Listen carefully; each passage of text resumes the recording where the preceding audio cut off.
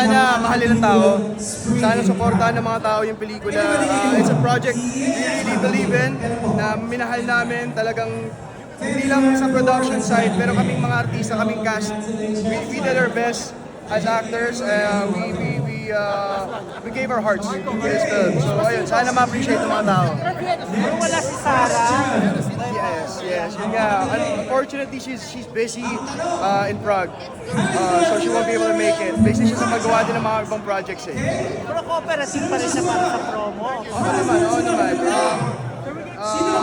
Hindi ko lang sure kila attorney if they've been talking about maybe, hopefully, showing the movie in Prague also or mag-premiere night din doon. Hopefully, sana pwede. So, baka possible na bumalik na doon.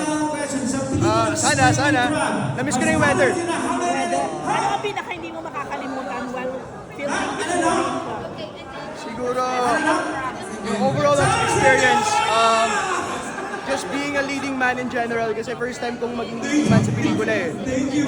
Alam naman tao yung mga projects na nagawa ko before, very different compared to what I did here.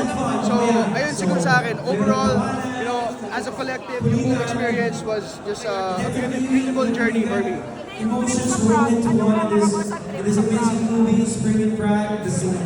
cold.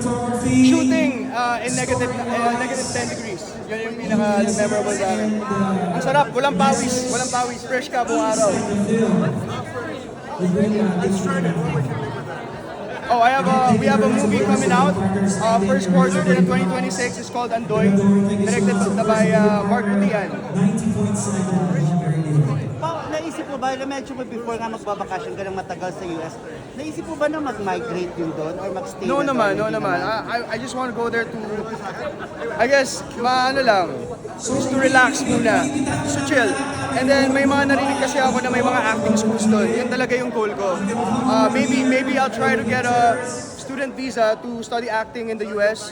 Yun yung pinaka-goal ko kaya ako pupunta doon. I wanna scout for acting schools. Kasi I think it's also allowed for foreigners to get a student visa para makapag-aral ng acting sa ibang bansa. Bakit acting? Ba't sa Amerika ka pa magano ng acting? I guess different knowledge naman. Siyempre, lahat ng mga binabasa nating libro tungkol sa acting, tungkol sa filmmaking, most of them nanggagaling sa US. So I guess gusto ko lang matuto from the best, I guess. Eventually ba directing na rin? Directing sa ngayon hindi ko pa naiisip eh. For me, ngayon ang bread and butter ko is acting, being an actor. So I want to focus on that first. Hollywood naman, since may plano ka mag-adjust sa Hollywood, hindi ko pa naiisip yun eh. I just want to learn first. I just want to be a student, matutunan kung ano pwede ko matutunan, ma-explore kung ano pwede ko ma-explore as an actor. Yun yung pinaka-goal ko pagpunta ko sa US. Pero right now, anong technique o style kayo nagamit? Halo-halo na eh, kasi I've done Morris workshops, I've done the Chubbuck workshops. So I guess, yung mga natutunan ko doon sa dalawa na yun, mix and match na lang. Whatever works for me. Whatever doesn't. If ever magandang resulta nitong Spring and Prague, syempre wholesome ka dito. So, medyo wala na talagang pa-sexy or pa-paano. Hindi ko alam. I mean, never naman ako nag-close ng doors sa mga projects na mababata sa amin, na mag-pitch sa amin. Pero ang sa akin lang is, we'll always try our best to choose and pick the right projects na makakatulong sa atin. Thank you, good luck. Thank you, Tito. Thank you for coming. Of course. Hello po.